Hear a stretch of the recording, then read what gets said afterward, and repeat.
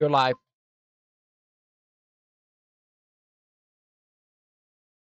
Hello then, ladies and gentlemen, and welcome back to the W12 Sprint Series. Of course, we're here for week number 2 of Season 6. My name is Zach Sweeney. I've got Adam Flieger alongside me in the commentary booth. And apologies for anyone that's been watching along anywhere else. We have experienced some minor technical difficulties, but all should be good. We are into the final stages of qualifying. And as you can see, it's championship leader Mirko Bortolotti that is leading the way on a 1:28.307. For 7 number 1, for those familiar with the championship, we're here in the TCRs at Long Beach. A very tight, twisty circuit in front-wheel drive cars should be a very big challenge, of course, for our multitudes of heats. Qualifying is done, and to run you through the of course, the format of how this works, the odds go into heat number 2, the evens, so P2, 4, 6, etc., go into heat number 1. The top 5 finishers of that 6-minute dash make up the evens of the feature race that we'll have in a few moments' time. But there you can see the final results. It's Mirko Bortolotti ahead of Hendrik Augustin, Ivan Ferrari, Maximilian Paul, and Marius Zug that were the top 5 overall. Florian Becker, Marcus, Martin Startman, Florian Startman, Stefano Pellegrino in the top 10, Yannick Vonenberg and Niels Langeveld the top 12. Of course, this is for the overall standings. So essentially, those that are odd, you'll see them in about 10 minutes time. For those that are even, you'll see them very, very shortly.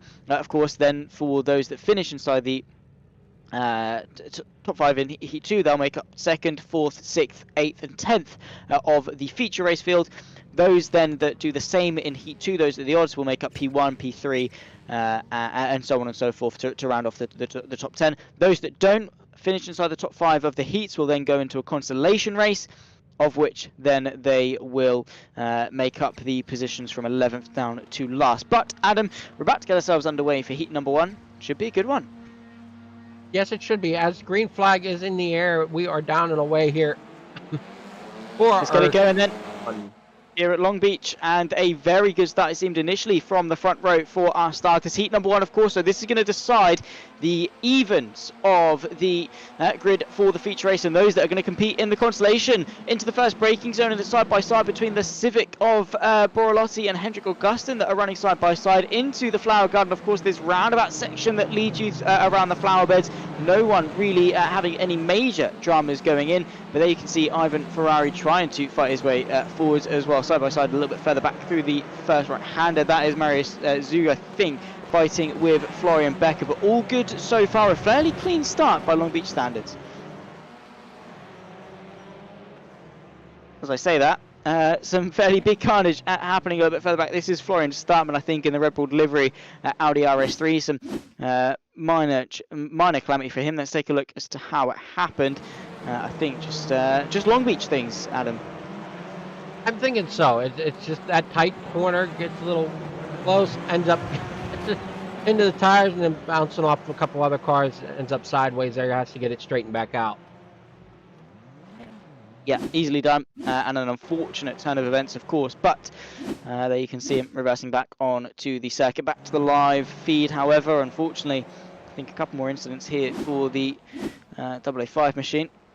That, of course, of Stefano Pellegrino, qualified P10 overall in the end, but not quite good enough. There you can see the Austrian in the pit lane, just trying to find the live pictures back for you. I think some calamity down after the hairpin as well for a couple of people, and all in all a fairly unfortunate affair in terms of the first lap, but a very heated battle here. I think we might be seeing a good old fight between a Civic and of course the Audi RS3 just in behind her, once again heading into this tight and twisty section. You can see the pair of them very, very close. I think that's Langeveld and Startman fighting for 7th place. I have to say, for Niels Langeveld, he's making up some good moves, of course now into 6th place. That, of course, Ivan Ferrari in this specific Honda Civic, but Langeveld up into 6th place overall. He's on the cusp of potentially getting himself into that all-important top 5.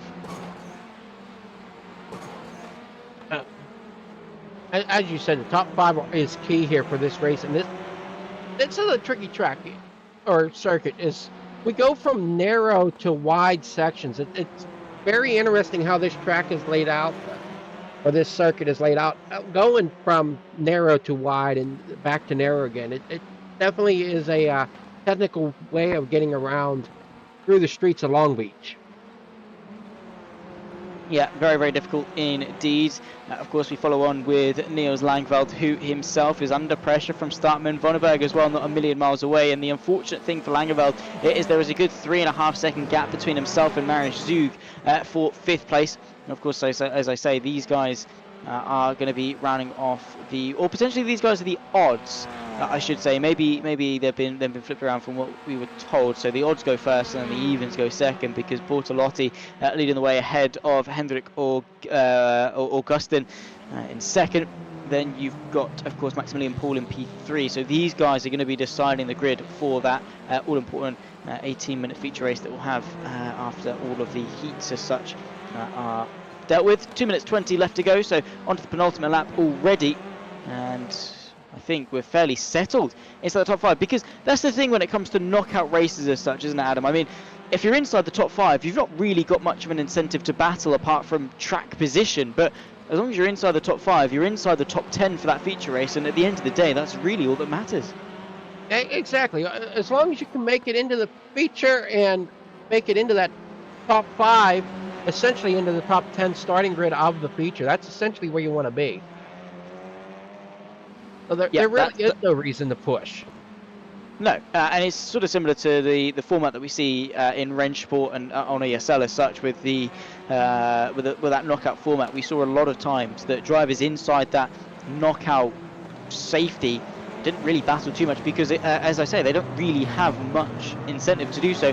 I mean, yeah, as I say, each position effectively counts as 2 inside this top 5, because you're making up the evens or the odds. So if you can overtake someone, you're gaining yourself a couple of places of track position, which definitely can help, don't get me wrong. But with a mandatory fuel stop, it's going to be much more beneficial to make sure you are inside the top 10, just to give yourself that straight pass straight into the feature race, because you never know what can go on in that consolation race. Yeah, you might just get into it or just miss out on going straight to the feature race. You might finish 6th like Langeveld is, but if you get into an incident in that consolation race, you know, it might not be a guaranteed 11th. You could very easily start from complete dead last, and that's a risk that these drivers don't want to take. So if you're inside the top 5, at least then you've got that security of knowing that you're safe. Exactly. The consolation race is not somewhere you really want to be. I mean, even over here in the States where I'm at, we do a lot of dirt track racing. We call our consolation to be main most of the time in dirt track. And that is not a place you want to be. You do not want to end up in those LCQs or consolation races, as it would be. Yeah, because it just opens up a whole different kettle of fish, and as I say, so many more problems with it. 5 seconds left on the clock. Are we going to see the championship leader once again take a victory? Is the checkered flag going to be waved? I think it might well be on that run to the line. Have we ticked over onto the last lap, or is this the final one? I think it might well be, with Mirko Bortolotti still driving away, but as you can see, slamming onto the anchors. He takes victory for heat number 1 and will start the feature race. He gets himself a ticket all the way through, and it will start, of course, on the front row for the 18-minute feature race that we've got in 2 heats time. He will be joined by Hendrik Augustin, Robert Heger on the heat 1, or I should say, sorry, Maximilian Paul on the heat 1 podium. Then comes Ivan Ferrari, and then of course Marius Zug in P5. They're going to be the ones that go straight into the feature race. The rest behind that, though, unfortunately, are going to have to fight for the scraps when it comes to the consolation.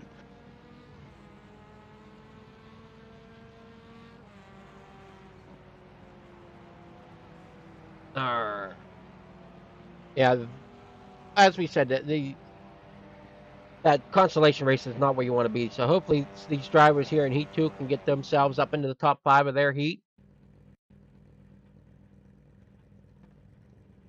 We think they're will gritty. see. They should be for heat number 2.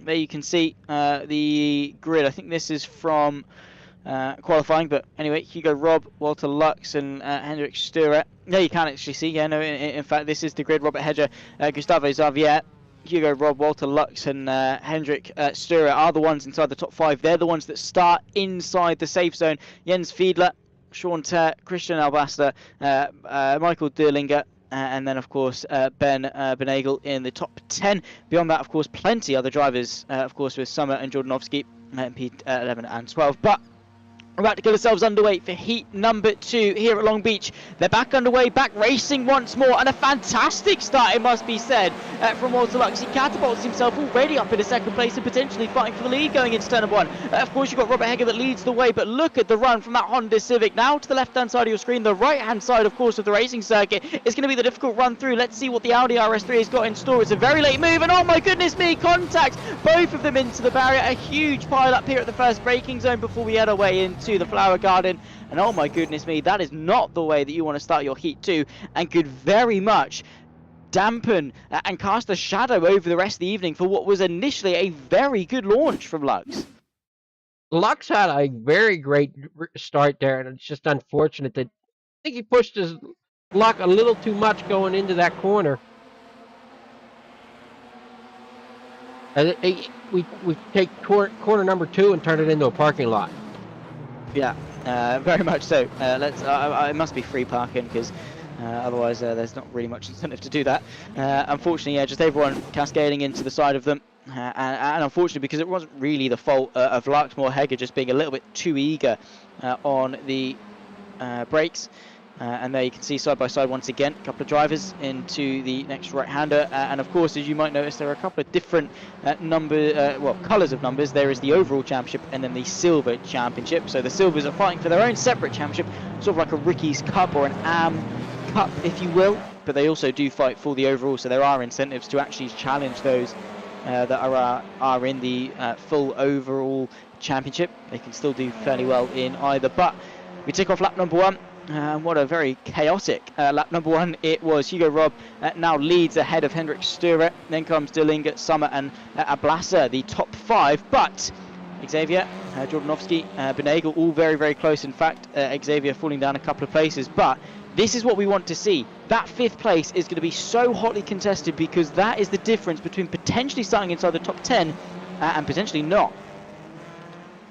As we got Ablasa, Christian and Marinko here at that cutoff point, as you're talking about, that top 5. We have Marinko trying to get up there and battle for that 5th position as we're coming.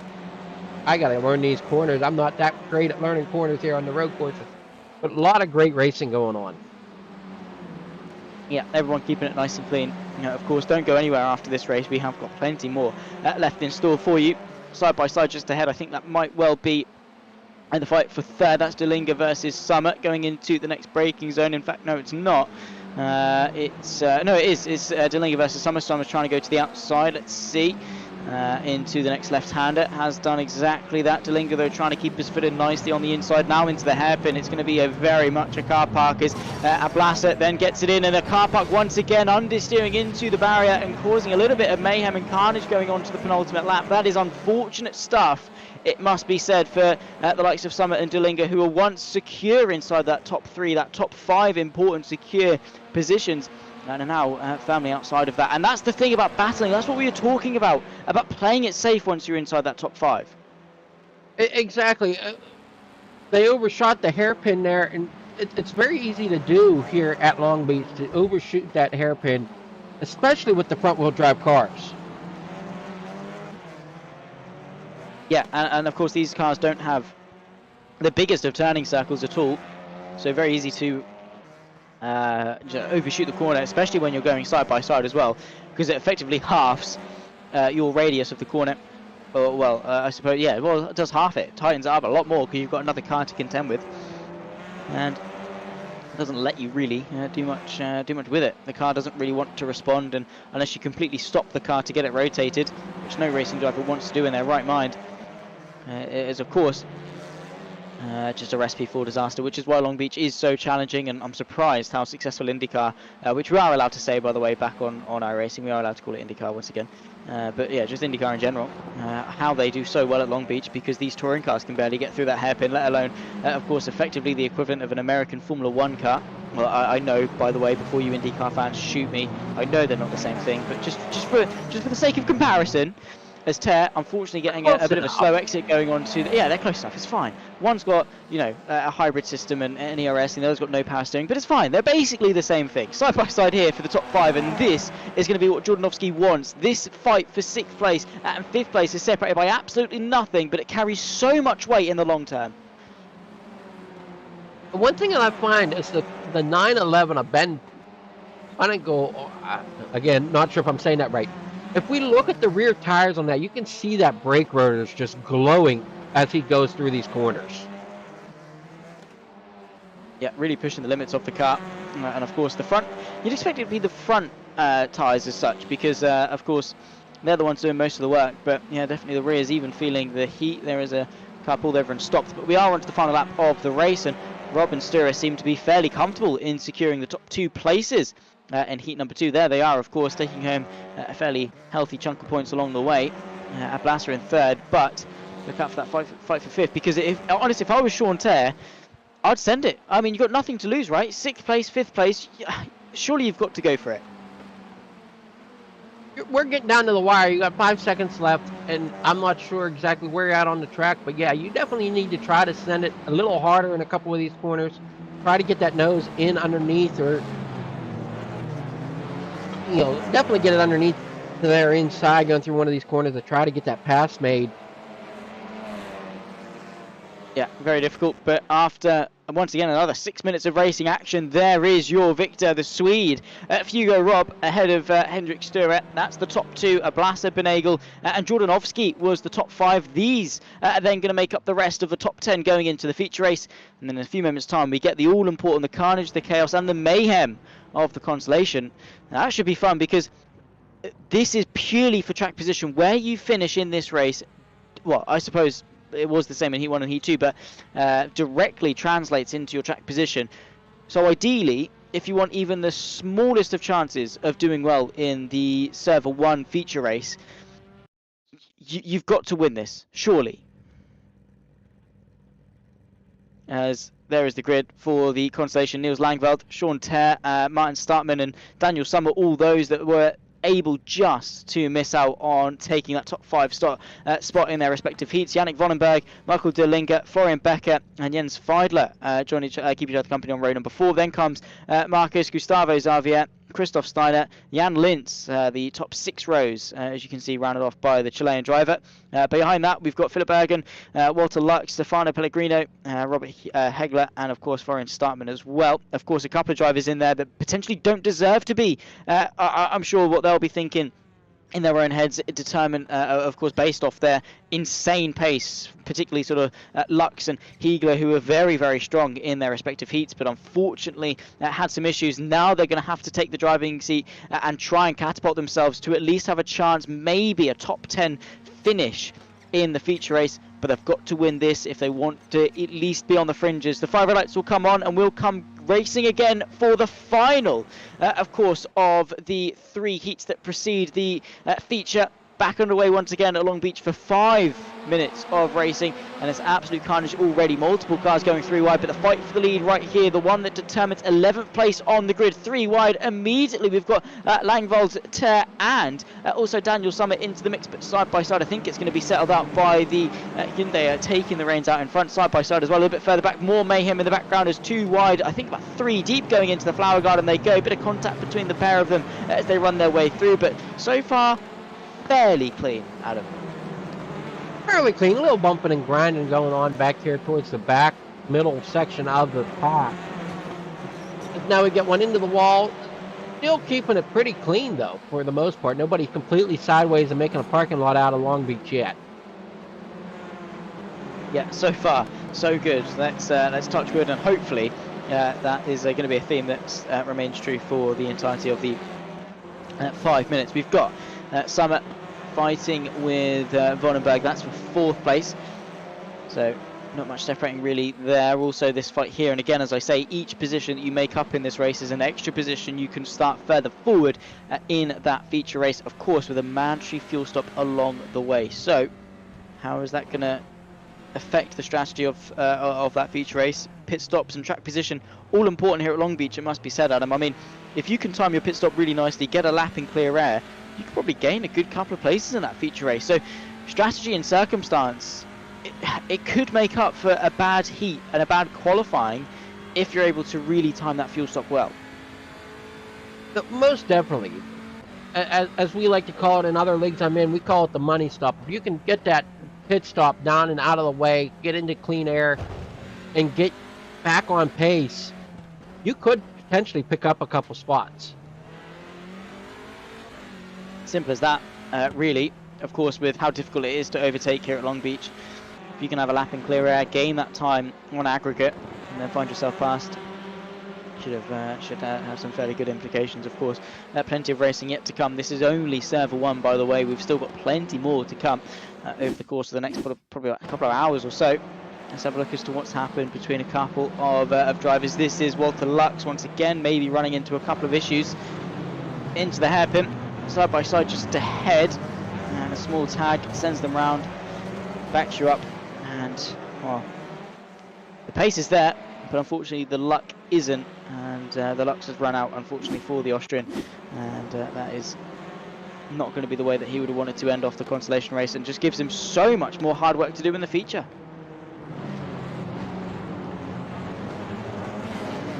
As we see them break, I still find it interesting. You're saying about how these are front-wheel drive cars, but it's the back rotors. I'm seeing a few drivers really blowing and got them brake rotors really hot on the rear end of these cars, trying to get them to go through these tight turns.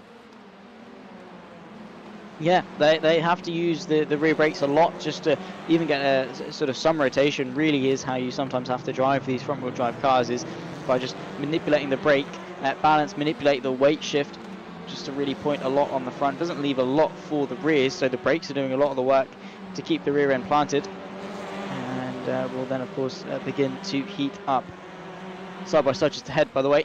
Of course, as you can see, this is just in behind Vonneberg, so I think Gustavo Xavier, Florian Becker, that's this fight just in behind. Bit of a train forming as well amongst them, with 1 minute left to go. So we are on the penultimate lap of this consolation race, so let's see who's going to be the ones to come out on top. There's the number 5 machine. Of course, that's Martin Startman battling away with Sean Tower. Apologies, by the way, if we do get the names wrong. The live timing is a little bit funky. So it can be a little bit difficult to tell some people apart, but all in all, the racing itself speaks for itself. On to the final lap. Let's see if there can be some sense. The Audi RS3 goes in, but a bit too hot, and it's such a danger zone, really, that hairpin, isn't it, Adam? I mean, it's an overtaking opportunity, but you've got to be so careful. Yeah, you definitely have to be so careful going through that hairpin, as you said. With that hairpin, it is a great overtaking opportunity, but if you send it in too hard or you don't get that car rotated enough, you turn that hairpin into a parking lot, because there is just not room to maneuver. No, and it's so hard to react as well, and the car doesn't really want to react either, so it just makes things even more difficult for you, and just adds to the turmoil, and just adds, as we say, sort of that car park effect of drivers that close up onto the back of them and then have nowhere to go, and then the drivers behind them close up and have nowhere to go, then blamber all the way down to the back of the field. If the mess doesn't clear up soon enough, it can be a very difficult affair. But all in all, a good consolation race, and a very good one driven by Niels Langveld. He's doing a great job out front in that number 10 machine. I believe he's driving a Hyundai, but I'm not sure. I could be saying that wrong too. I don't know. No, you're good. You're good. You got it. That is the, I believe that's the Elantra. I don't know. One of them is a bit more long, like this one, and one's a bit more like a Civic as such. But there is the Flying Dutchman, of course, in that Hyundai, Hyundai, whichever way you prefer to say it. I watched the advert, so I say Hyundai anyway. We've got Niels Langveld crossing the line. He's going to be the victor of the consolation race, and then line up on the grid in P11. Behind that, of course, we've got the likes of Sean Tert, and then Daniel Sommer, Vonneberg, then we've got Pleshberger, Javier, etc., all the way down to Steiner, who will make up the final place on the grid, going into that feature race, as I say, with a mandatory fuel stop. So the heats are done, Adam. We've set the grid. Now we get to look forward to a real long 18-minute sprint race. I'm looking forward to it. The drivers have definitely seemed to warm up to the track. I think there's a couple of them that still need to work on their braking zones per se, but really they're doing an excellent job for not having a lot of practice like other leagues. I know I've had the pleasure of working with, they, like we've said it before, they only get 15 minutes to a half hour to practice this track. They don't know the track until 15 minutes before the session even opens, when they draw between different cars and different tracks. So it is interesting to watch how these drivers do overcome and adapt to the changing conditions that they deal with, every race, because they don't know the car, they don't know the track, and probably some of the best racing I've seen on a road course in a long time.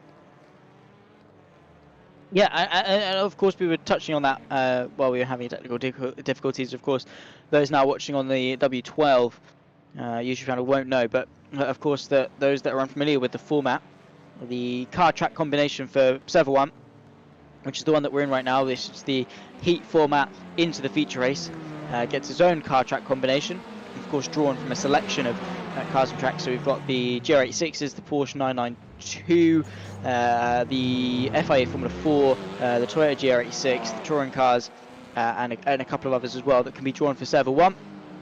And then basically pretty much every road course out on iRacing at the moment, in the sort of the track combination that goes with it. Then of course we go into Server 2. That's going to be amongst a different format. So we'll go into an 17-minute qualifying, into an 18-minute sprint race, into an 18-minute feature race. So a little bit different format. And also we'll then have a draw for another car track combination that can be chosen from prototypes. Well, I think they're all prototypes in fact, apart from the Super Formula. So LMP3, LMDH, Super Formula, and then they get their own track combination to go with it. So as Adam rightly said, they don't have a lot of time to practice, which I think is a good thing. It forces adaptability, and to go from a car that's slow and front-wheel drive and a real challenge to drive to then a different beast entirely in the form of a rear-wheel drive hyper-performance car. As such, the prototypes and the top level of downforce racing is a big adjustment to make quickly. It's definitely a huge adjustment. I wouldn't call it just a big. I'd call it a huge adjustment that you got to make between jumping from these touring cars into, like you said, the beast of the other cars that they can choose from, or that are potentially in the draw for race number 2, or session 2, or whatever you want to call it. Of course, we'll throw to a break after this race and sort everything out, and then we'll be back, of course, for race number 2. There is the grid, by the way, for the feature race before we head our way into 18 minutes of racing. It's championship leader Mirko Bortolotti ahead of Hugo Robb on the front row.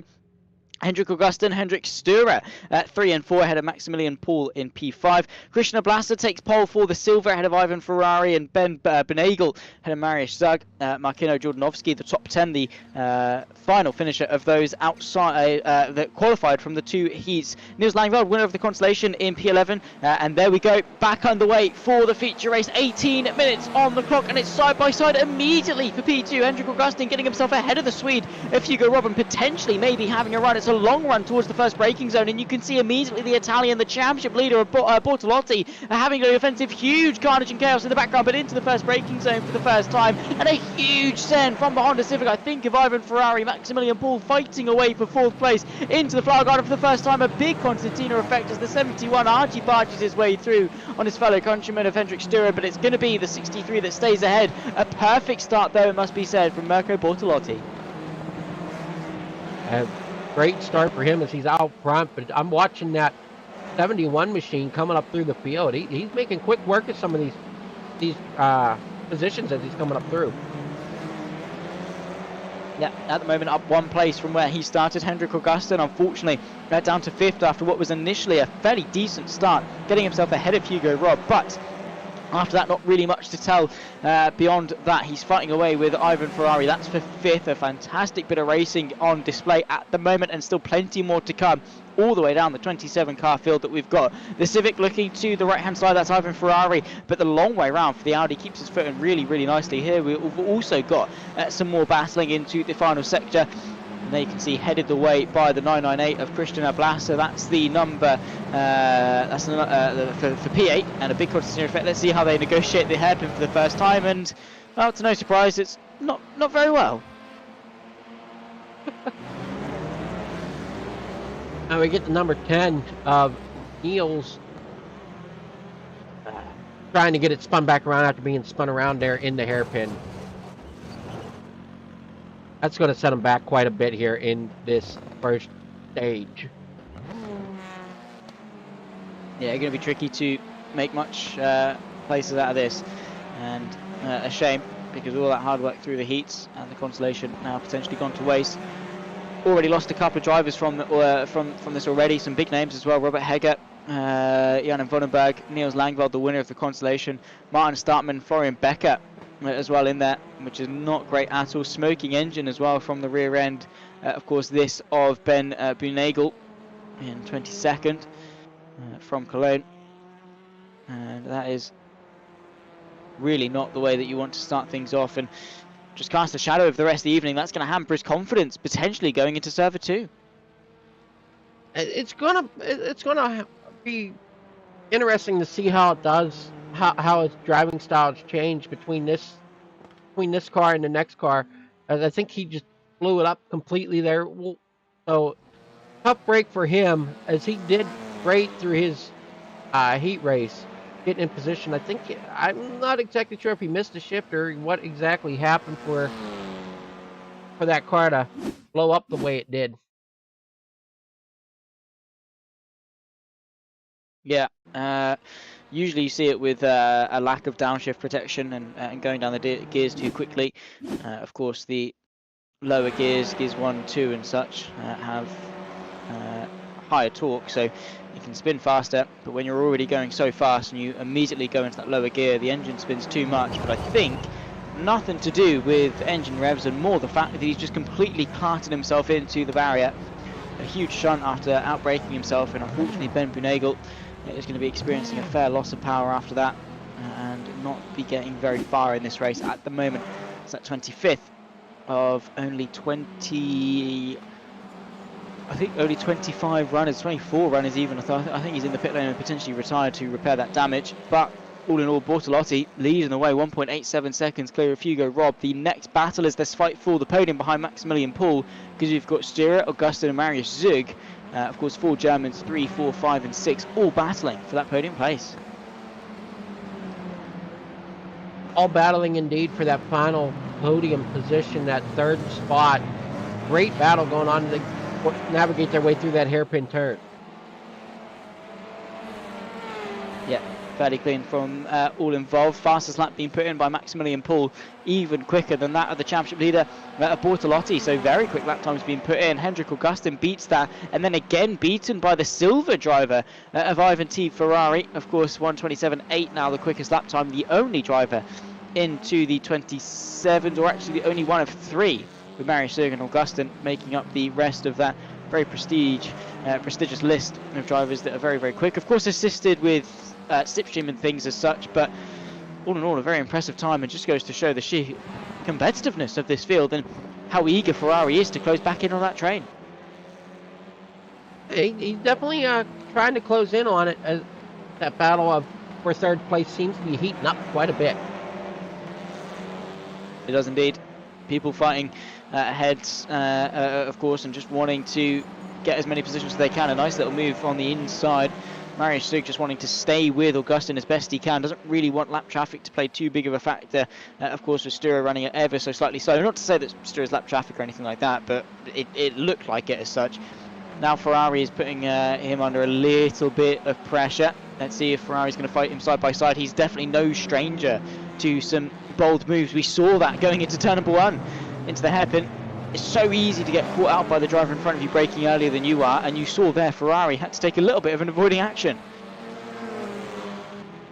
Definitely had to take a little bit of evasive action as he got to the gas a little sooner than Hendrik. But all in all, great racing going on here for this fifth position as we're watching it on screen right now.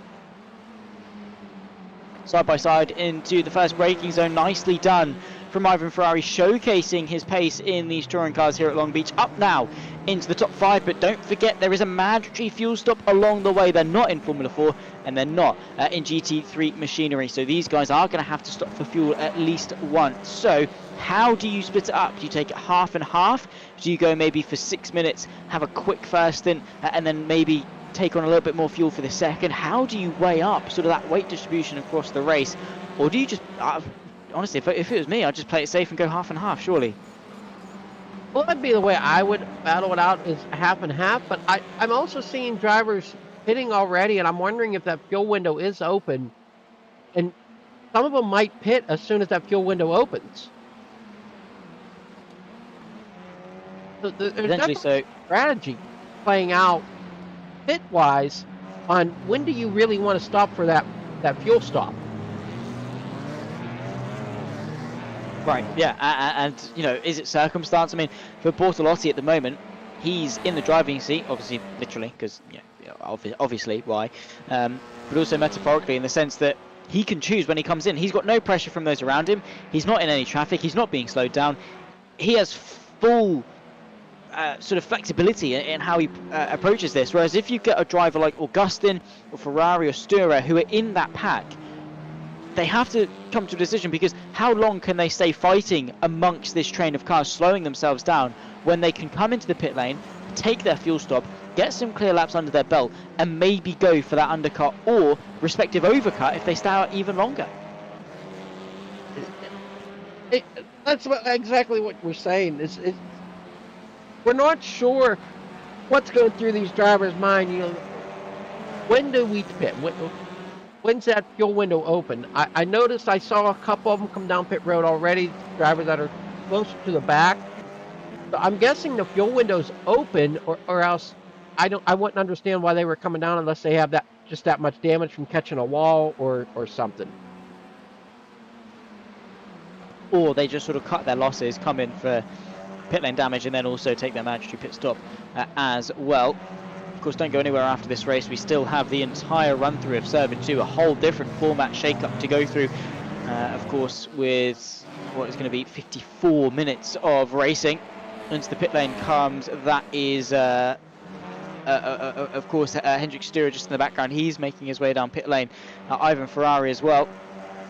I think at some point will be coming in. Jordanovski also into the pit lane. Here is the fight, actually. I beg your pardon. It's not Stura into the pit lane. It's not Ferrari into the pit lane, but they are battling. This is for 5th. The Honda Civic on the inside, once again, keeping that 5th and trying to stay ahead of the 63 machine of Hendrik Stura. Of course, in that very Simpson livery. Hyundai looking very beautiful, of course. And with 8 minutes 30 seconds left to go, still a while, but we are now into the second half of this race, and the battles, they seem to be heating up. Battles are heating up as the laps are winding down here, as the time's ticking down. That's another different format than I'm normally used to, as I'm normally counting laps. I'm counting laps down. I'm not really watching a timer tick down, per se, as much as it is the lap. So that's a little bit different format than what I'm used to, but definitely still giving us the racing action as the drivers themselves are aware of that timer. You never know where that timer is going to run out, really. Yeah, and we saw in race Heat 1, really, with how close it can be. I mean, they crossed the line with only a or they missed an extra lap by only a couple of seconds or so. So it can be really close with the timing, and it might be a case of you fueled up expecting it to end on this lap, but in fact the leaders crossed the line to get an extra lap as such. So then you have to save fuel for a whole extra lap, and it can really disrupt the strategy.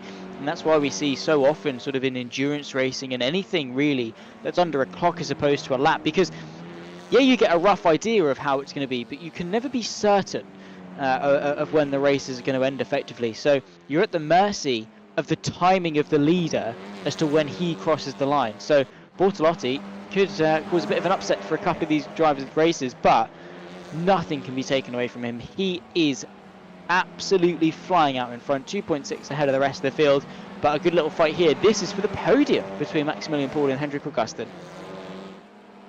Definitely the battle for third is heating up as we're coming down in this corner here, little right-hand corner between the 99 and the 71. I think the 71 is definitely feeling the pressure. I would be inclined to agree. I mean, of course you would, wouldn't you? If you've got any driver behind you at all, you start to feel it. You start to be mindful of it, you start to be conscious of the fact they're breathing down your neck, and it can force you into mistakes and into the pit lane, in fact, actually. So making no mistake of pulling in for his mandatory stop. Same too for Mirko Bortolotti, now into the pit lane to take the mandatory stop with just 6 minutes to go. So it's going to be a really short one, because of course the later in the race you stop, the less fuel you have to put back into the car, and of course you can choose how much fuel you start the race on. So effectively it's free time. If you can fuel up the car more in the early stages, however, a huge mistake there. Did you catch it? He missed his pit box, he had to go back in, and that could be costly in that fight for third.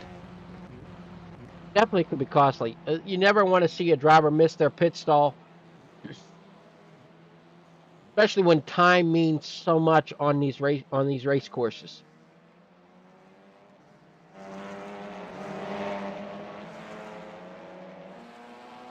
Yeah, time is everything, and especially when they're only separated, as you say, by fractions of a second, it can be very difficult to minimize those mistakes. But something as trivial as coming into the pit lane can have such big consequences. It was a small mistake, an honest mistake, one that we've all done.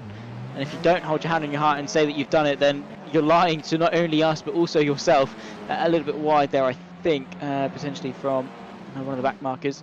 And but yeah, an easy mistake to make. As I say, one that we've all have done at some point.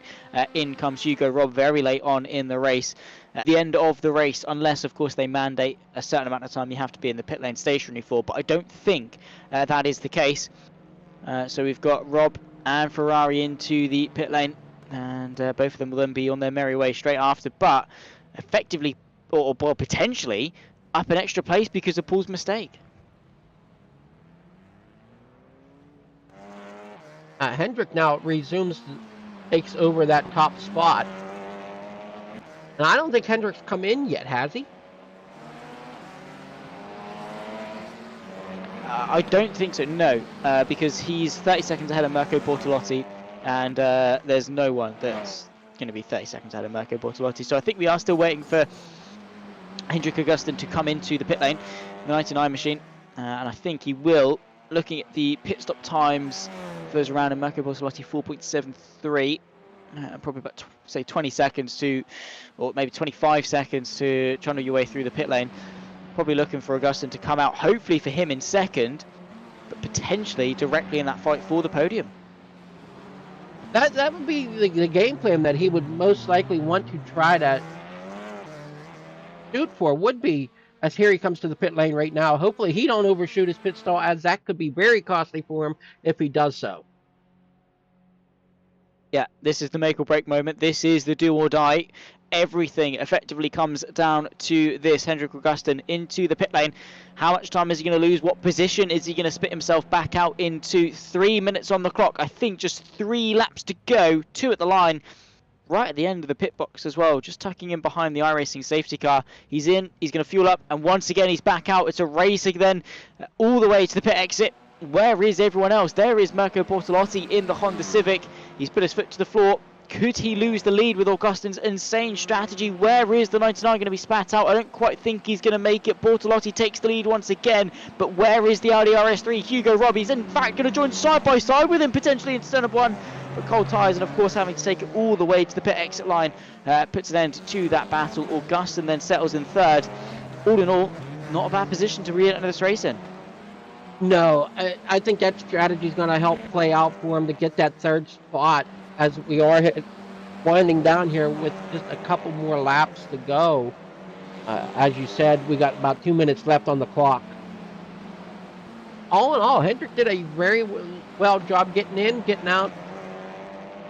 Got just enough fuel that he needs to finish this out. Comes back out in third spot.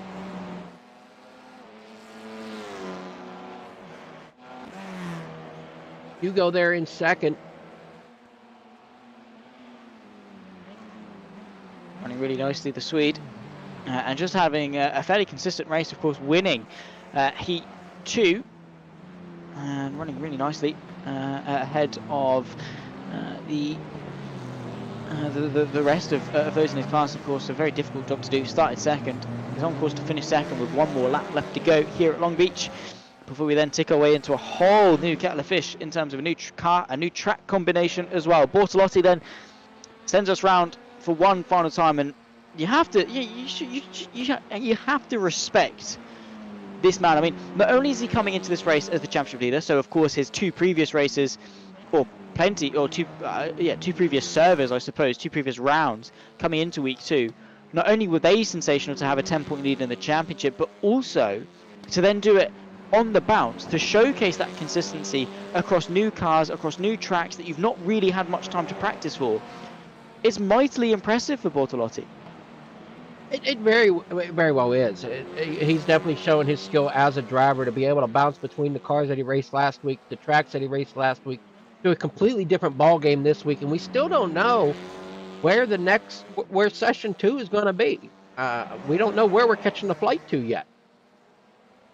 We don't. No, that's the awkward thing. And these drivers, surely that's going to be a thought in the back of their minds at something like, where are we actually going racing? Also, a fight for second. Augustin, I think, has been able to close up and pass Rob for second place with just one corner in this race left to go. What a move that could potentially be. Hugo Rob losing that second place, down a place from where he started.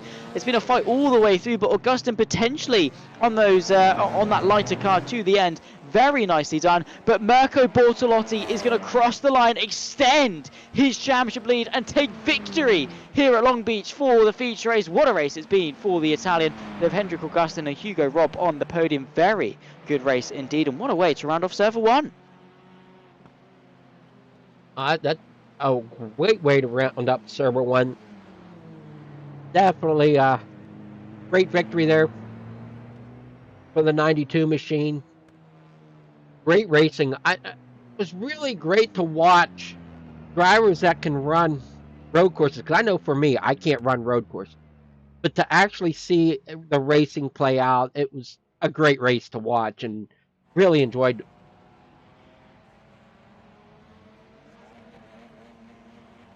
Really enjoyable indeed. And of course, we'll run you through the final results as soon as we get a moment to. But of course, there you can see the finishing order on the left-hand side of your screen. But we hope you are all enjoying watching along at home. Of course, you can't say hello in the YouTube chat because, for unfortunately some reason, the chat is disabled. But the viewers at home, of course, if you are enjoying. My name is Axwin. I've got Adam Flieger alongside me in the commentary booth as well. And what a race it has been, or races, excuse me, it has been for the 4 that we've had so far. Of course, the drivers are heading their way into the new draw chat, where they'll find out their new car and their new track to take to. But after 18 minutes, there are the feature race results. It's Mirko Bortolotti, Hendrik Augustin and Hugo Rob, the top 3 that are taking to the final finishing order. Maximilian Paul, Ivan Ferrari with a sensational run to finish in the top 5.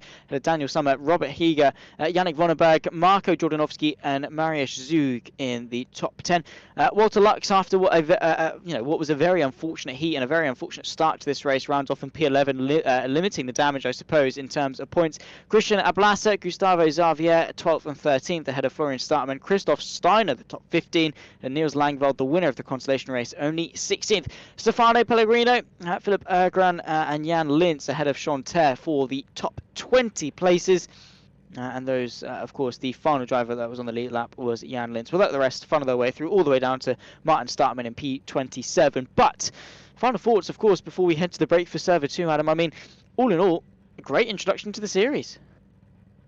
Yeah, I definitely great introduction for us. This is my first time within the series.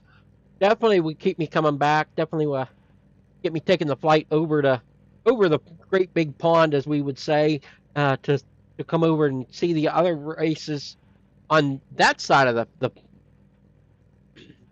Pacific or Atlantic, whatever it would be. And great racing. It's definitely enjoyed every moment of it so far. Likewise, it's been absolutely fantastic. Well, ladies and gentlemen, do not go anywhere. We're going to step aside for just a few moments before we're back once again for a whole new format. 17-minute qualifying, 2 18-minute races, and a whole new car and track combination. Myself, Zach Sweeney, Adam Flieger. We'll be back in just a moment.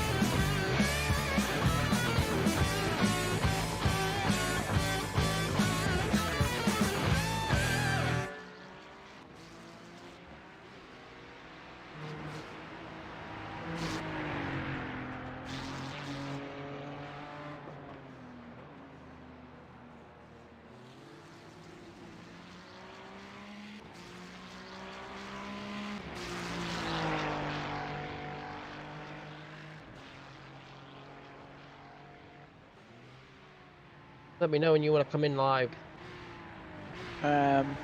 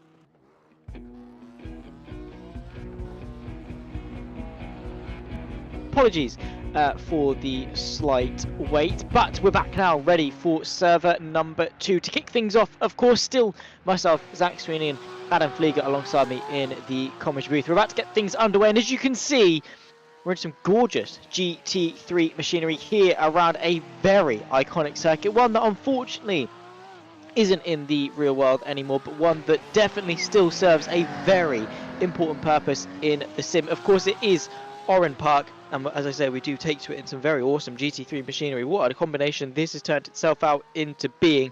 Fast, very, very fast sports cars around a very tight and twisty circuit. Adam, it's a very interesting combination, but, well, I suppose it's the luck of the draw.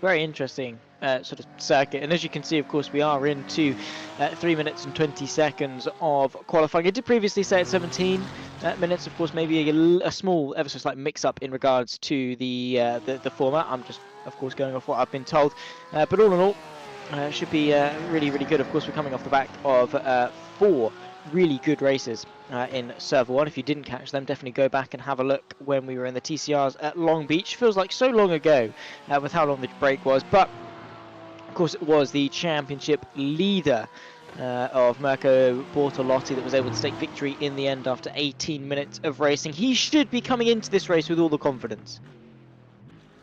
Oh, it will build his confidence up, but as watching him through practice, it seems like he's struggling a little bit with this car-track combination. It's going to be interesting to see if he can get it under his belt and get underway here, as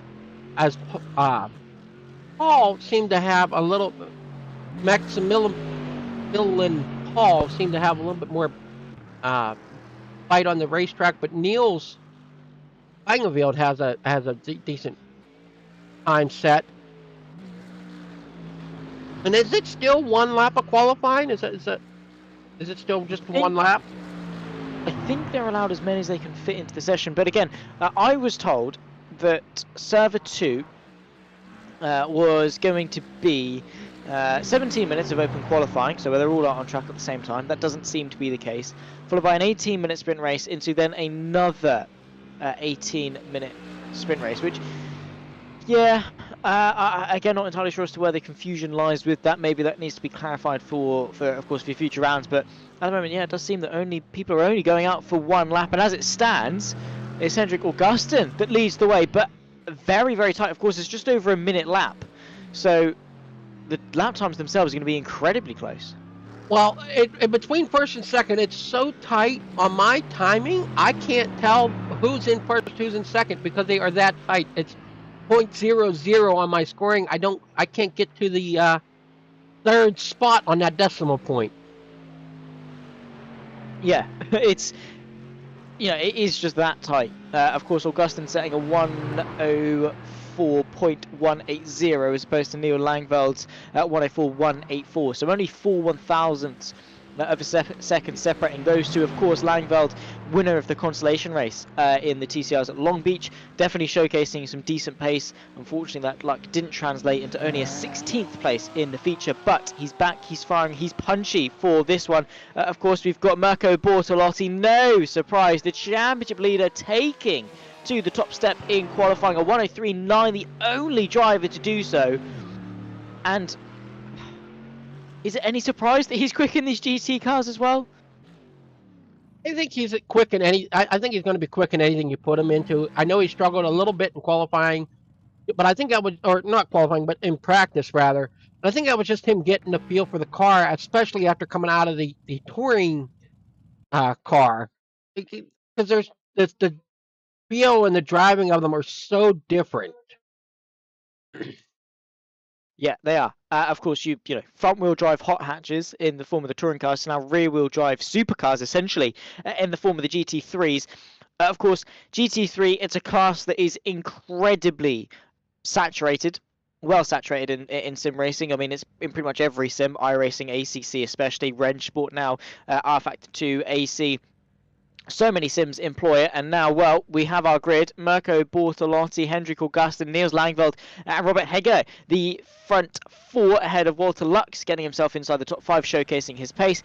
Hugo Jimson on row number 3 with Maximilian Paul and Sean Ter in P8. Gustavo Xavier, Florian Startman round off the top 10 ahead of Markino Jordanovski and Hendrik Sturer, the front 6 rows. About to get ourselves into the action, of course, as you can see, but those are our 12 cars as they stand. Of course, plenty more to cycle our way through, but here in Oran Park, of course, a very difficult circuit to tame and a very tight braking zone, very tricky braking zone into turn number 1. We've got Christoph Steiner, Thomas Pieber, Philip Urgran, Stefano Pellegrino, Jan Lintus, Marcus Riemer, Jens Fiedler, Ivan Ferrari, Maurice Zook, Yannick Vonneberg, Florian Becker, Christian Alblasser and Michael Dierlinger, the 25th car and final car to take to the field. Should have 18 minutes of action ahead of us. Cars sat eagerly on the grid awaiting the 5 red lights to illuminate their screens and send them off for Heat 1, the sprint race here in Orient Park. Of course, Bortolotti Augustin making up that front row. I think we're just waiting for a couple more people to load in. Marcus Riemer load onto the grid before they're free to go. There you can see the 5 red lights at the top of your screen. It's a run towards turn of 1. It's a late braking zone, a heavy braking zone at that. 5 red lights are on and we're underway here in Oran Park. A good start from the front row, of course, for Bortolotti. Not the same luck, though, being shared by Augustin. In fact, maybe it has been shared by Augustin. The 99 machine pulling alongside the Mercedes going into turn of 1. A bit of a kink before you're slamming onto the anchors. And Augustin takes the lead of the race going into the first braking zone. Bortolotti then has been toppled at his throne at the top and now potentially under pressure from the Porsche of Langveld in behind. As 92 machine is definitely struggling here at the start of this race, definitely is under fire from the start. But I think it's only going to take him a lap or two to get back into the feel of his car and get back up there to battle that lead once again as Hendrik is pulling away right at the moment in that Audi. Very much is. He's using that pace really wisely and showcasing his talent, of course. It's a very abundant one and has been able to topple, of course, the honestly, who I thought to be invincible, Bortolotti off the line. A really good getaway. It must have been for that Audi R8 then. And was late enough on the brakes. He rounds off lap number 1. Still 16 minutes, 50 seconds left to go. Bortolotti got his work cut out for him if he wants to chase after and re-topple that lead. All in all, settling into this race quite nicely. Bit of argy-bargy back in the background as well. You can see very long trains starting to form. The BMW pulls over to the left. I think that's Jens Fiedler defending potentially. In fact, no, it's not. It's Philip Ugran defending from Thomas Pieber going into turn number 1. The BMW tries to get the up and under, but it is going to be the Austrian and Pieber through. Simple as that. Easy peasy. Up into 14th place. As we're watching them wind through here through this right-hand turn, up the hill, across the bridge, and through another right-hand bit. And their racing's looking really great. We're getting strung out here, a little bit more strung out than what we were at Long Beach, but I think that's just the nature of the racing circuit. 100%. Completely agree. Oran Park is a different kettle of fish entirely. That final corner especially, very easy to get caught out by as you try to carry so much speed through, and then I met with a wall on the outside. Then of course this long run towards turn number 1 and then turn 2 technically as well. Into the pit lane comes Pellegrino, or in fact actually Stur and Fiedler as well, both into the pit lane. So not entirely sure as to why they coming in so early, maybe to tick off their mandatory fuel stop. In fact, no, actually, because we are in GT3 machinery, they don't have to take a fuel stop. So this is absolutely for damage. Of course, there is a 14 incident limit before you then get yourself a drive-through, and then every 14 beyond that. So surely they've not already ticked past the incident limit. That would be completely bizarre if it was the case. Have to say, though, in the early stages, Augustine making the most of these, as I said, these early stages, nearly 2 seconds clear of Bortolotti in the first few laps. He's got about a second, almost 2, well, definitely a second and a half over top of Mirko. But I'd have to say, once he settles in, I think he's going to end up closing that gap, battling for that lead once again. It's just going to take him a moment to get settled back in here, get settled down after that start of the race. I look for him to start battling by the end of this. I think so. 14 minutes 20 seconds left on the clock. There you can see the Swede of Hugo Robb, and behind him is Higa in that very nice looking Ferrari 296. So I do love the look of that Ferrari 296. A fantastically quick car in its own right, but also just one of the best looking of that GT3 fleet. I love the front end, and if there was any car I would have of the GT3 fleet, it would absolutely be that 296. It just looks mean, it looks fast, it looks like a race car, it looks like a Ferrari, especially Xavier's one here, I have to say, in the 996. It just looks like a good car, and of course a very easy car to get into and sort of feel at one with as well. So of course from that side of things, a very user-friendly car that you can get into and be fairly quick with pretty much off the bat. A couple of changes of position just ahead, as I think Hugo Robb is into the pit lane. Of course was in 8th place, now tumbling down. I'm curious as to why they are coming in though, because if they don't have to take a fuel stop, then what is the reason? That is the puzzling part to this. Is it a mandatory fuel stop that they have to come in? Like, do these cars not make it all the way on fuel? No, they will. Absolutely, they will. GT3 cars are really strong. Obviously, fuel efficient cars. And obviously you'll see them in endurance racing, Daytona 24 as such. They're the car that can usually go, one of the longest, upwards of an hour, potentially even more if the fuel saving is there. So an 18-minute sprint race should not make should make a dent really in their fuel capacity, unless of course they are mandated to. Bortolotti momentarily coming in. Of course it can trick you a little bit if you exceed the track limits on the exit, but there he is, still out on track. Into the pit lane though, again Paul. In that 71 rate. So I think potentially there's been a slight miscommunication in terms of the rule set, because we're getting so many drivers come into the pit lane, presumably for a fuel stop, but I thought they were exempt if they were in GT3 machinery. So again, apologies for those watching at home who's thinking, hang on a minute, Zach, what are you chatting? Of course they have to make a fuel stop. What are you talking about? I apologise. It might be my fault. I'm just going off the information I was given. It's fine. It's the information we got. It's fine. It's not our fault. Blame James Parfitt. It's James Parfitt's fault. Everything is James Parfitt's fault. Even if it's not James Parfitt's fault, it's James Parfitt's fault, purely because we can. He's busy doing some touring cars at the moment, so not as good as our ones, of course, at Long Beach. He's off doing that, so he's not actually watching, so we can rinse him as much as we like and we'll get away with it until he watches this back, and then I get my P45 very quickly and don't do any more for JPP, but it's fine, because that's fine. But yeah, but like basically, hashtag blame Parfitt, hashtag what can we call him? I don't know. I don't know. But basically just blame James. There we go. Blame James. That'll do. Blames James. James blames. Something along those lines anyway.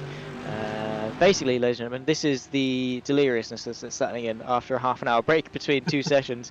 And now we've got still 11 minutes left to go in this race. Hazards are on for Startman into the pit lane.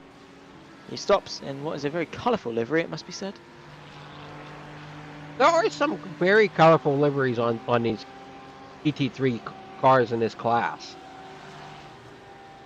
And then you got others that are just a plain, kind of a graphic collar going from front to back. And I do like the look of the Ferrari. It's such a simplistic livery. There's no major bold strokes, nothing that's overly complex like this one, for example. It's just red with the Italian flag streaked across the slide, and then some nice little thin points coming from the rear of the car forwards.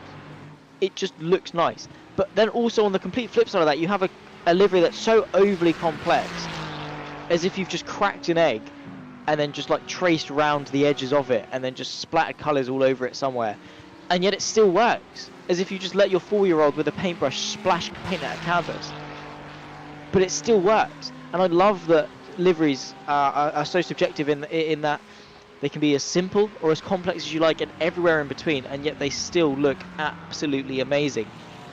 And honestly, in sim racing, there are some really strong liveries that, you know, sometimes are even better than their real life counterparts as such. I mean, even to the extent that with teams like BS Plus Competition and BS Turner, they have split liveries where the sim racing livery is a part of the real life livery as well, which is just amazing.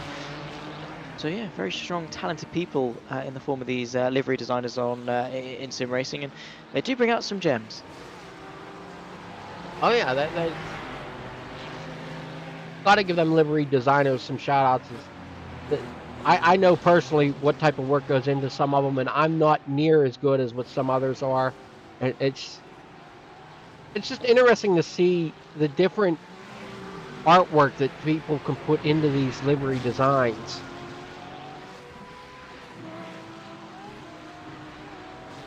But August is still running away with the race here out front.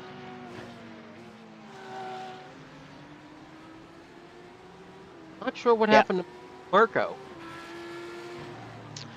He came into the pits a few laps ago, of course, if you remember, and has now rejoined in P10. Into the pit lane comes Hager, the 33 machine, from 4th. So I presume with the volume of cars that are coming in, we're still waiting for Augustin and Langveld to of course, make their way down into the pit lane soon. So it all depends as to the pace that Bortolotti's been putting in versus the pace that Augustin's been putting into. So of course, Augustin's last lap was a 1:03.6. His best is a 1:03.5. So incredibly consistent lap times being put in. Bortolotti's last lap was a 7:07. His best is a 3:05. He's now just done a 35.2. So a couple of really slow laps for Bortolotti, it must be said. You know what? I have doubts that if he's even going to be able to make the podium at this rate, if things continue as they are, because a couple of slow laps, I mean, they can be detrimental. They very well could be on a track as technical and as quick as this track can be. Slow laps is not the best for any type of racing, really. As we're speaking, there comes Augustin into the pit lane.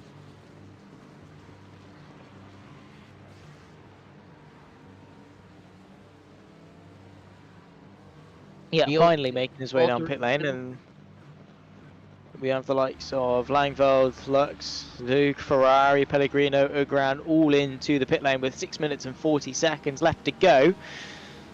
So, who's next? Yeah, well, who's Bortolotti going to beat out of the pit lane effectively? There he is. Now, where is Augustin? Already back onto the circuit. He gets himself ahead of Langveld and up in the second place, but that could be a very hard-fought fight. There is Augustin, still 3 seconds ahead.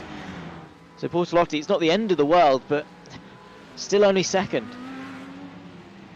He's still only second and has some work cut out to him if he wants to try to catch up here to August. And as he's had such a great run, and this also just plays into Mirko's strengths as well. As we saw how well he was in the touring cars.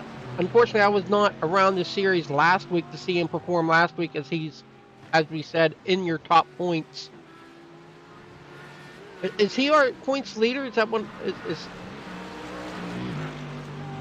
Yes, Mirko Bortolotti is the championship leader. As it stands, of course, we're only 2 weeks or a week and a half into the championship, so more of a novelty than anything to have the championship lead, but definitely showcases his talent. Definitely showcasing his talent. August still trying to hold on to that lead. I think with 5.5 minutes, a little under 5.5 minutes left to go in this race, I think Augustin might have a chance here of dethroning Mirko. Potentially so. He's going to be, of course, vying to close that gap if he can, and most certainly will want to. As it stands, Augustin has scored. Just trying to find his name. Hendrik Augustin, only 9 points from week 1, but and that only leaves him 16th in the overall standings, tied with Riemann Marcus. alongside him. But in fairness to him, that gap can very quickly change. However, I have to say to Bortolotti, he's done a really good job as to staying ahead of Hugo Robb, who's 9 points behind him on 52. That's what you really have to do as a championship leader, is maintain the gap as such. He's gaining on those around him, of course, by winning the feature race and winning his respective heat and the qualifying and such. Also getting pole in this qualifying as well will boast him a point. But Augustin, he's doing everything he can in order to maybe relaunch a championship campaign. I mean, there's still a long season ahead. Still a long season, and with that, still lots of racing to be had. I didn't quite catch the schedule, but how many races it's the W12 Sprint Series? Few is all I can say. Of course, they don't have an exact calendar as such, because of course they change week in, week out. So there's no like set. Right, yeah. In fact, actually, have you know what? Because I'm good. I'm not. They have actually got a calendar. Of course, it's you know, they can't give any tracks for cars or whatever. But of course, we had round 1 3 days ago on January the 8th. We're back here again on Jan 12th. 3 days time will be round 3. On February the 5th will be round 4. Feb 12th, Feb 19th. So there's 6 rounds in total. And therefore 12 races, 12 different car track combinations over the course of the season. So we're on week 2, so this is the first third of the season done and dusted. So with it being such a relatively short season, I mean, you've got to be maximising your points from day one. And that's what I was trying to get at. Was it's like other leagues I'm in, we got a 26-week season. So that's 26 races. We're down in a crunch here of just a few, pretty much just a couple weeks of six days trying to get a season completely done. So it's going to be interesting to see how these drivers handle switching these cars, switching tracks.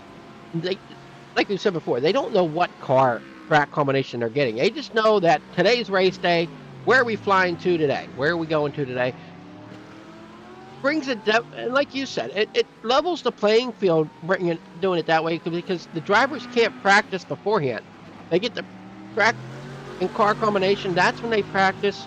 Is right at the beginning of these races. They don't have any extra for that, as we saw there before the qualifying of this session number 2.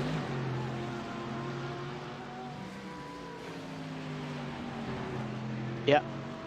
1 minute 40 left to go then for the first race of session 2, and Augustin leads by 3.14. There we go. He did go to pi at some point, seconds ahead of Bortolotti. I was waiting for it to flicker down to 3.14 just so I could say it.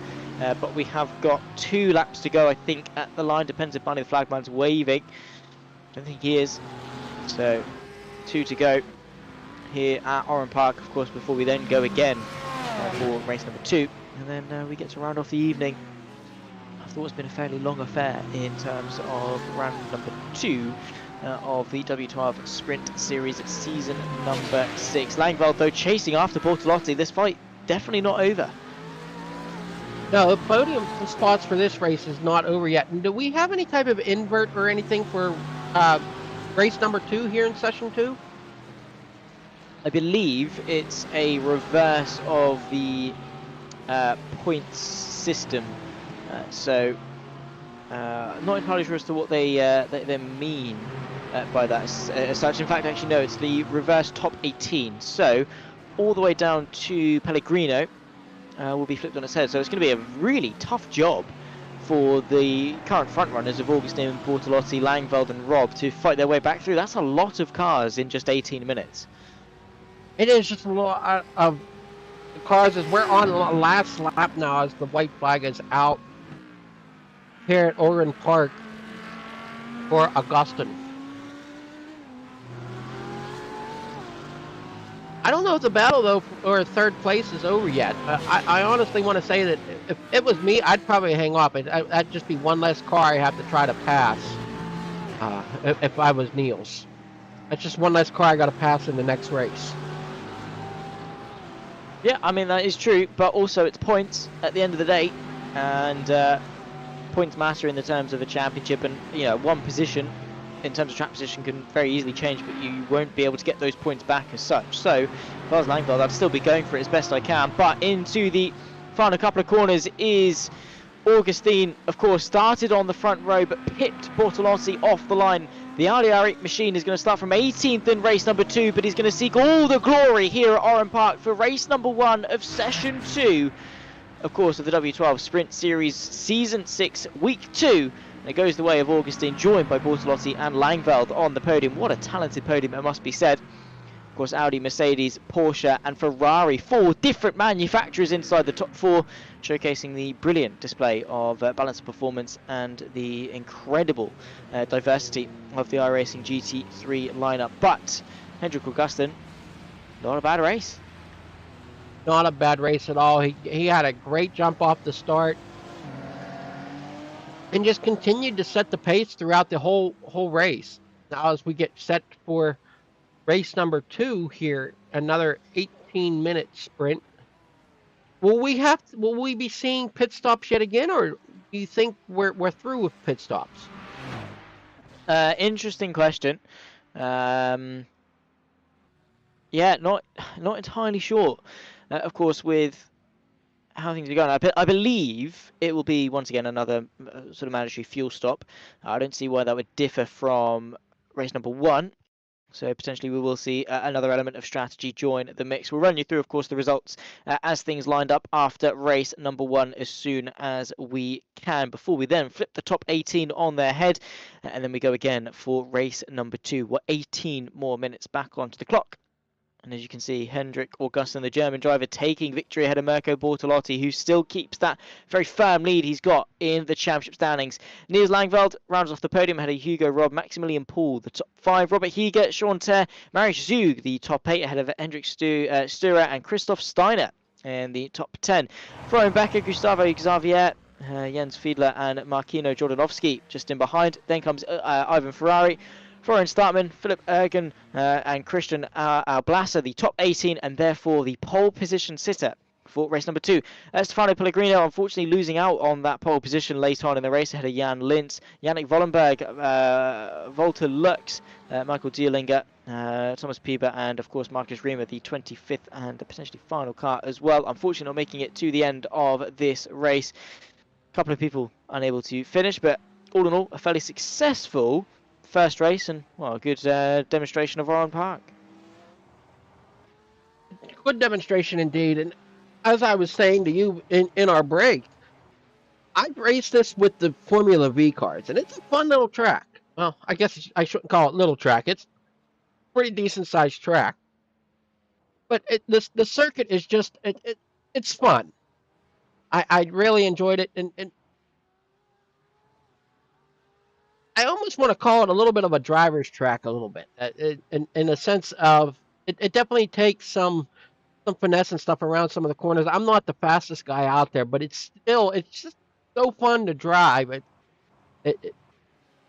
I just enjoy it, and watching these drivers go around here, it's very enjoying. It is. I've thoroughly enjoyed every second in the commentary booth. It's been a pleasure to be alongside you, of course, and with the insane racing that we've had put on, it's been incredible. I think part and part due to the different format. It's very unconventional, and yet it works so well. It does. It's an unconventional format, but the drivers enjoy it. The viewers, I believe, the viewers would enjoy it. It's just everything meshes so well to bring this type of racing to us. And yes, it's unconventional, but it's fun. It's enjoyment. Yeah. Everybody seems to enjoy it. Everybody loves the suspense and the surprise of the schedule. Nobody knows where they're heading to or what they're driving. And just adding that little bit of suspense, also with the leveling of the playing field by doing that, brings some spectacular racing here throughout the races.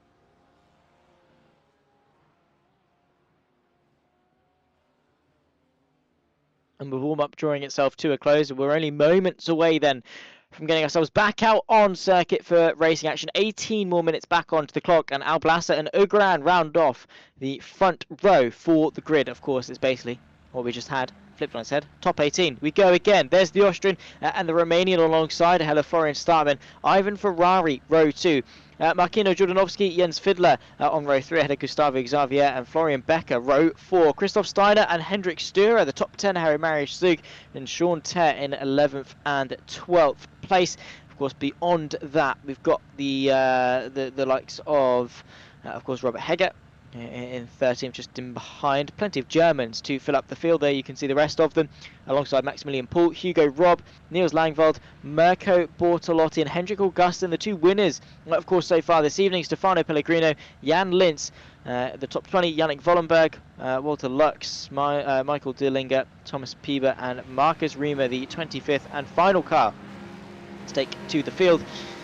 We're back underway once again. The five lights will come on, the five lights will go out, and we are underway for the final time this evening. A great start from the back of the field, but let's see how the situation is going to shake itself up at the front. Markino Jordanovski already up 3 places going into turn number 1 in that BMW M4 GT3 machine into the first braking zone, and there's absolute calamity. The Ferrari of Startman goes sailing across the circuit sideways, rejoins of course in absolutely no control of his vehicle, losing the rear end of the car, and it's complete turmoil. The BS competition car, I believe, of course, of Philippe Legrand, I think potentially, oh no, the Porsche in fact of Sturer just in the background.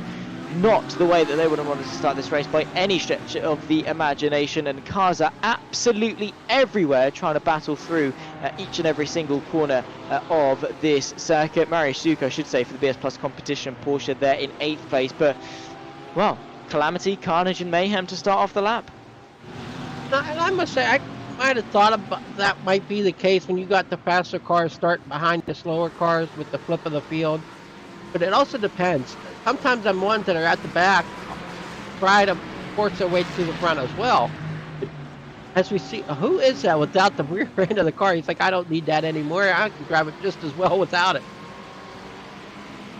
Well, yeah, I suppose. I mean, if it's not affecting the geometry of the car or affecting any of the suspension, by all means get away with it, and maybe causing a little bit more drag, but rate reduction in the day, I suppose. Yeah, as long as you don't feel it as such, you can get away with it. However, unfortunately, I don't think he is, considering he's lost the complete rear end of the car, plus the rear wing, and while that car probably would go fairly quick in a straight line, I don't really think it's going to be doing much more than that. So into the pit lane, a fairly fairly sizable job for the Ferrari mechanics, as they reattach the rear bumper and the rear wing in very good time. Fast repair taken to effect, back out onto the circuit. Christian Alblasa then still leads ahead of Ivan Ferrari, Jens Fiedler, Markino Jordanovski, and of course Sean Ter, the top 5.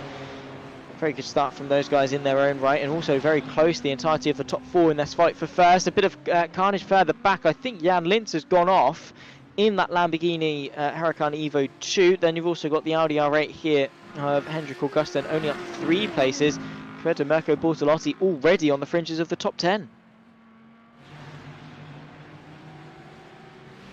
He's on the verge of the top 10, and I'm trying to figure out if they have teammates or not, because we've got a few cars that are painted similar. I'm wondering if they're teams or if that's just the way that they're helping sponsor the league. I'm not exactly sure which.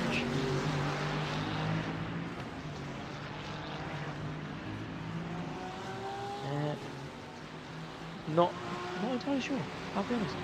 Well, that's the theme of most things, to be fair. I'm not entirely sure as to their intentions. Of course, potentially representing their own esports team or whatever, similar to what we have with Marius Zog representing BS Plus competition. In fact, that livery that I was talking about a little bit earlier on with the zebra stripes, of course, a very, very successful team and a very, very strong livery at that. So not only do they win, they also look good while doing it, which is always half of the battle. We're 3.5 minutes in and already having an influx of people into the pit lane, having a very short first stint, it must be said. But it's Ferrari in a Ferrari, leading the way up 3 places as of yet. I mean, we'll wait and see, of course, if that's going to be the case after pit stops and things. But the entirety of the top 6, nose to tail, fighting for position. However, these GT3 cars very wide, Oran Park not so much, makes overtaking ever so slightly trickier, but doesn't mean that Jordanovski and Paul aren't going to give us a good little battle. No, we're getting great battling going on here through the top 6. And going back to Ferrari out front, would you, with a name like Ferrari, would you be driving anything other than a Ferrari? I mean, really, I'd be surprised if you picked a different car. Ferrari and a BMW. Makes sense, really, doesn't it? It wouldn't. Of course, he's got to go in a Ferrari. It's in his name. It's the Italian heritage. And he's running really strongly out in front. I have to say that Porsche looks very VRS Coanda-esque. Or Porsche Coanda, I should say, with the black and whites split down the middle. By the way, looks very, very nice. And representing his respective team, of course, the Your Moment Racing. Your is in like the angle, the direction of lateral movement, not the Your is in your car. Just thought I'd clarify that. It's spelled Y-A-W for Christian Ablasser. Maybe it means something different in Austrian, but in English, that 71. Don't know how they say drift in Austrian, but well, that definitely was that for Maximilian Paul in his Audi R8. But he's managed to hold it well, in fairness to him. No, he didn't. No, he didn't. I was going to say, you spoke too soon. He is holding it fairly well through that first mishap, but unfortunately, I think the dirt and the grass got up into them tires enough that it didn't help him at all and lost the grip there on that racing surface. Yeah, once the tyres had overheated, I think at that point they were very difficult to bring back into an operating temperature window. Very easy to then subsequently spin again once you have already spun once. Dirty tyres, as I say, hot surface temperature as well, and that big gradient in between the surface temperature and the internal carcass temperature doesn't lend itself well to sort of having grip as such. A fantastic video with Sulio Almeida, I think his name is, coaching Alberto Nasca on iRacing. Really goes into depth about the internal carcass temperature as opposed to the surface temperature of the tyre, and how that affects the grip and how you can really better that with some braking techniques. And well, that was a prime example of overheating the tyres, overdriving the car, and then trying to expect grip a little bit too quickly after having the grass and, as I say, heat get into the, or onto the tyre, I should say more accurately. Fiedler leads ahead of Ivan Ferrari, who is into the pit lane. Jordanovski as well, 4th and 5th as it stands for those two, so they'll be coming in for their mandatory pit stop, which, well, we were right, kind of. I guess we took a bit of a stab in the dark in regards to the mandatory stop of this race. Alblasser then into 2nd. But all in all, I think the strategy really spicing things up, and in fairness, these drivers very, very close on pace. They're very, very close on time. Definitely giving us some great racing, some great outlook here going around over in Park.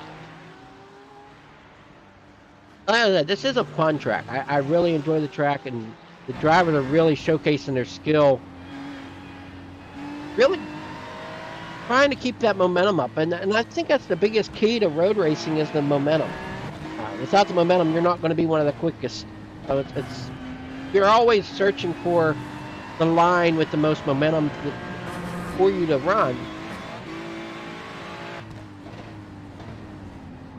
or at least that's what I'm thinking. You know, or what I've been told anyway. Road racing is such a momentum style of racing, so you got a different skill set there instead of, you know, what I'm used to with the oval and dirt oval stuff. There, you got a little bit different driver skill set that's needed for road racing. Oh, you know, entirely. I mean, each discipline demands its own skill set. You know, whether you're doing endurance racing, in which case consistency and racecraft are really important. I suppose that is important in any discipline, but more so in endurance racing, especially that strategical decision making. Whereas opposed to sort of sprint racing, it's more cutthroat, merciless, intense racing that you're going to need to get. So raw pace maybe takes precedence. Then you get to sort of rallycross and stage rally, where car control and adaptability are so important. Then of course to sort of ovals and NASCAR, sort of more familiar to you. It's not as easy as just turning left for 2 hours. Trust me, it's not. I know it's so easy for drivers to get to. Like, so many people are just like, well, you're just turning left. what is so difficult about that? And I was like, yeah, to be fair, you know, they're right. And then I get into iRacing, and I just get into an entry-level oval car, and I'm like, hang on a minute, this is pretty hard. Like, you have to keep your tyres in check, you have to think the long game, you have to run so close to the car in front while driving so quickly without running into the back of them, trying to manage your fuel, manage your tyres, as I said, be consistent. It is not as easy as most people make it out to be. Such a difficult discipline that demands, as I say, its own sort of cutthroat skill set, as we touched on. So each discipline demands different things, and especially in a format as randomized as this one that touches on so many different aspects of driving styles across the multitude of different car types that we've got, that adaptability to very quickly travel across disciplines is one that very much will be rewarded in bucket loads. You know, similar to the likes of course Bortolotti, you know, our champion leader, for example. He's so able to just go from car to car and not really think too much about it. No, and he's done very well adapting to the series, adapting to the circuits that we're running on.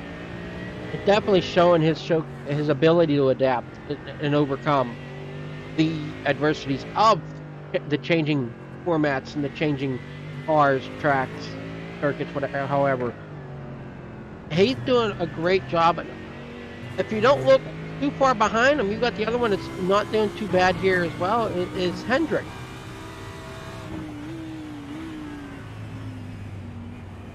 Yeah, no, of course, our winner from race 1, showcasing again some really strong pace. Still 7 minutes 20 left to go. But yeah, can't take anything away from the 99 machine. Driven a fairly flawless race so far. Kept Bortolotti honest. Let's see. Of course, with still plenty of pit stops yet to come in, how they're going to get on with... Looks like there's 3 drivers that have not yet pitted. We got 2 that are in now.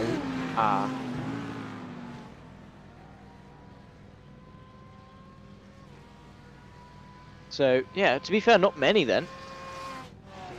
No. We got 1 more driver that's looking, and here he comes now. So everybody's done their pit stop. Awesome stuff. Everyone's in then. This means it is just purely a sprint to the finish. And these drivers are going to have to be very mindful of the fact that, well, they're now settling into their final positions to the end of this race. And they're going to have to fight tooth and nail for each and every single one of those positions on track. Bortolotti and Augustine 12th and 13th from where they started, which, to be fair, is not a bad effort considering how tight and twisty Oran Park can be. No, they're doing a great job of being up 8 spots from where they started the second half of this race. Definitely have to overcome where they finished to where they started. And as we see, Augustine's really there, really hoping Mirko is going to make a mistake somewhere so he can capitalize on that position.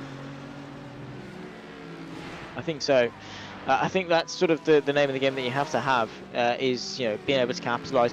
And people say, you know, well, XYZ got really lucky with you know, how they finished that race. And I say to them, well, why were they the ones that were lucky? Why wasn't it anyone else on the field? How did this driver do XYZ differently? Like that small mistake there from Bortolotti, and immediately on the attack is Augustine to pull alongside. We've got the 2 race winners, the only 2 people to finish on top in a feature race side by side, heading their way towards the kink, and then of course the heavy braking zone into turn number 2. It's the Audi R8 that leads them in for 12th place. Augustine benefiting off the mistake from the Italian, and up now into 12th place with just 5 minutes left to go in race number 2. But yeah, back to the point, of course, why were they the ones that were lucky? Why were they the ones that put themselves in that position? Could have been anyone else. Say if the leader spun out and crashed, why were they the ones in second? Because they were the ones that put themselves there, because they did the strategy, they were consistent, they were quick, and then when it came down to it, they were able to deliver under pressure and be the lucky one. So yeah, there is luck involved in winning anything, across any discipline, across any sport, across any field, any industry. There is luck involved, but it's how you use that luck. And unfortunately for Ronenberg, he's not got a lot of it. Neither, unfortunately, I don't think has the other Ferrari 296. Talking about luck, and as I say, that is just plain unlucky. Yeah, I'm surprised that car's still running. I mean, that was a hard hit. It yeah, really was. Fairly sizable whack, if you will, but able to continue on, I suppose, to at least some extent. Looks like he's going down into the pits for some repairs on that Ferrari.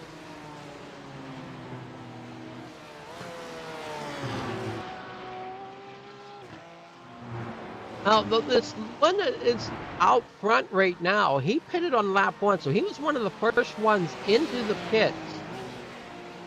And is out front by almost a little over 2.5 seconds. I'd have to say it's a pretty good strategy call out on his part to get him out into that type of position. And that's going back to that, you're speaking about luck. Well, I don't know if there is luck involved, but there's also some skill set and some understanding of the track layouts.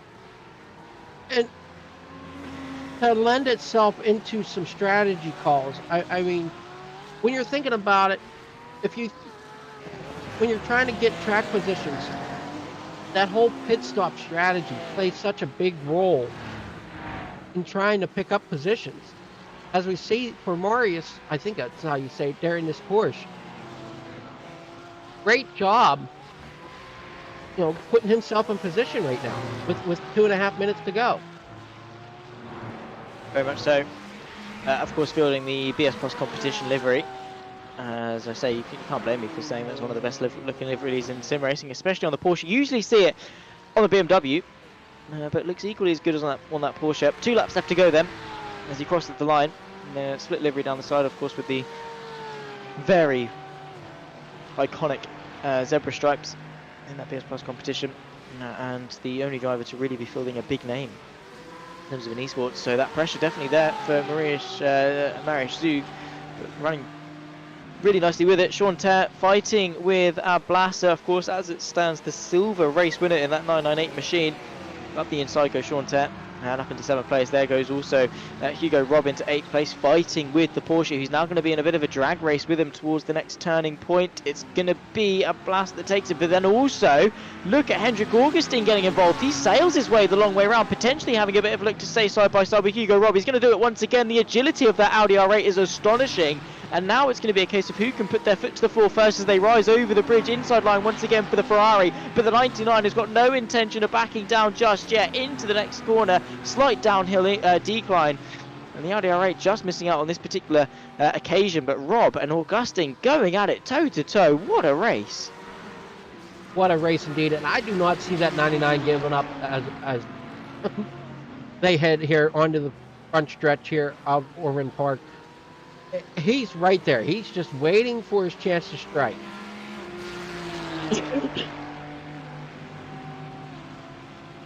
And there he goes. He's going to the inside here, coming down. Does not quite get there, I guess, but he is up against that bumper. We're just waiting for the chance to get around. Yeah, just searching for an opportunity, really. Ferrari and Higa fighting over 4th as well. 30 seconds left on the clock. I think we might just be able to scrape one more lap out of this. Yes, we will. In fact, where are they on the lap? I don't actually know. It's going to be close. Yeah, this is now into the final corner. 15 to go. I think we are going to get one more lap out of it.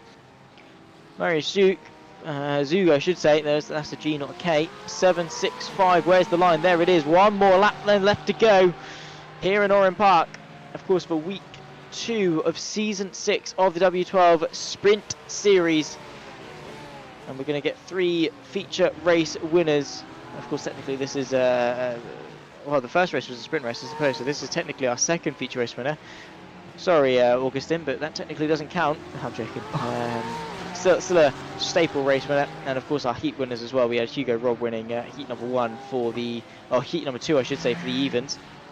And then the consolation race winner of Niels Langveld as well, who at the moment is only sat 18th after finishing on the podium in race 1 here for session 2. But overall, it's been a good evening. Been a good evening indeed, as we're wrapping up here from Orland Park with, is that, how do you say that name? Marius Zug or something. Yeah, Mariusz Zug in the BS Plus competition car, rounding the final corner now, by the way. The headlights are on, and he's going to be the first one to see the checkered flag. He weaves victorious. Of course, flash the headlights in celebration. The 66 machine across the line, becoming our third, well, technically fifth big-time race winner for this evening. And etching himself into the history books, of course, and scoring maximum points for the feature race of Session 2. In fairness, a very strong race. Dealt with it perfectly in the reverse grid.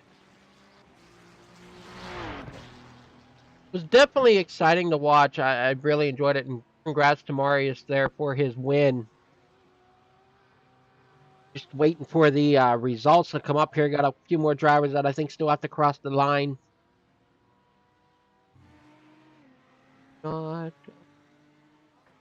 Just waiting for the results to pop up here for us to be able to read down through them.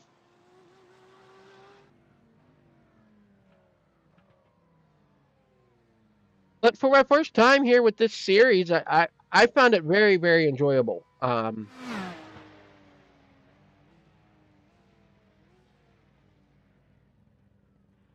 Well, after 18 minutes of racing action, Mariusz Zug, Jens Fiedler and Florian Becker, the top three in the final race of the evening. Ivan Ferrari, Markino Jordanovski, the top five ahead of Sean Ter, Robert Higa, Hugo Robb, Hendrik Augustin and Mirko Bortolotti making their way into the top 10. Really strong race, it must be said, from the German and the Italian.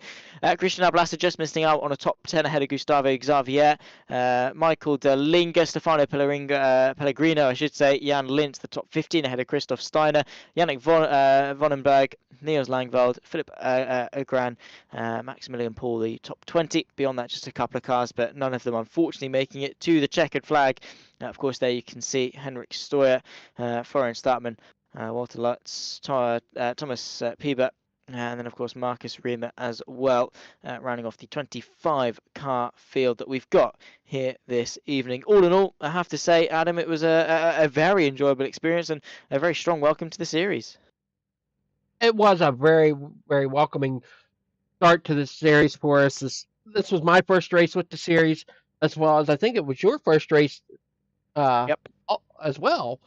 So definitely for a first time, and for somebody that doesn't get a lot of road racing experience, this was definitely an experience I enjoyed and wouldn't mind coming back again. No, definitely not. I think we have actually got a driver waiting in the interview room, so we'll drag in Mariusz Zug, of course, representing BS Plus competition. Well, not a bad final race, it must be said for you, Mariusz. Yeah, to be honest, I think I worried the most about the start, but that gone quite well, and then I could pit early and kind of do my laps on my own, so that was quite kind of smooth. Yeah, it was a really strong race in fairness, and obviously it's a bit of an unconventional format for the W12 Sprint Series. Obviously the randomization sort of format for it must be awkward if you haven't got the content on iRacing, but I'm sure that probably might not be a problem for you. But also just more from a driving perspective, how are you finding having to very quickly adapt from car to car?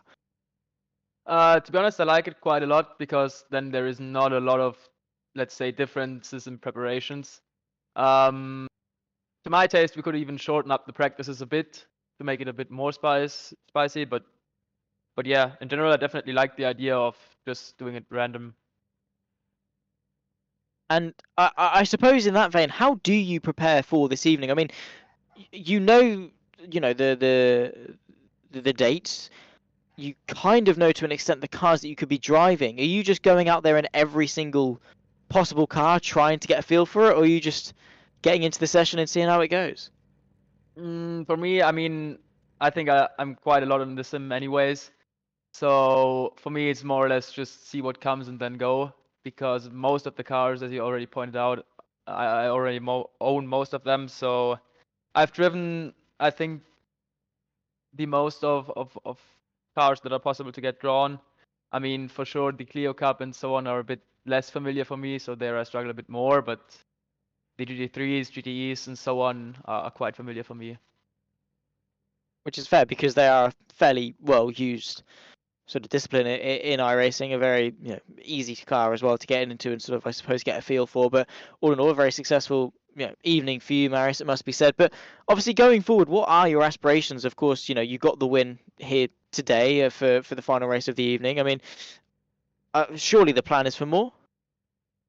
I'd say so. I mean, I always am a bit afraid of server 1, as I mentioned, because of the, let's say, a bit more crazy or out of the ordinary cars. But definitely server 2 is what I'm always looking forward a bit more. So yeah, definitely looking for more on basically on both servers, but I think it's a bit more likely on server 2 for me. Awesome stuff. Well, thank you very much, of course, for joining us in the commentary booth, Marius. And once again, a very big congratulations for your success this evening. Before we let you go, is there any shout-outs, anyone you want to give thanks to? Not particularly. I think, to be honest, from what I've experienced today, it's been quite a nice run throughout all the evening. So definitely better than the first event we had on Monday regarding crashes overall, I'd say. So that's definitely an improvement for everyone. Awesome stuff, Marius. Well, thank you very much once again for joining us, and hopefully we'll see you back in a few days' time. Yep, thanks. Bye-bye. Awesome. Thank you very much, Marius. Of course, our race 2 winner this evening. Seems optimistic, seems happy, and seems to be quite a big fan of the format, Adam. He is a fan of it, which I think for most of these drivers, they would be a fan of the format because it definitely puts their skills to the test. Jumping from car to car, jumping from track to track, it definitely will put their skill sets to the test to figure out, okay, I'm good here. I know that this car feels this way, but this car is going to feel this way. They might know a little bit heading in, but they won't know exactly, which really throws them for a loop. I as well as, do they know the time of day even? I mean, that plays a factor in the way cars handle as well. Right, exactly, yeah. I mean, temperature and things like that will always have a big factor in things. So it's a tricky format to get sort of used to. And of course, it's quite high frequency as well. I didn't know that, in fact, it was a race every few days and not as opposed to sort of a round every week. Very quick format, ending, of course, in just over a month's time on the 19th of February.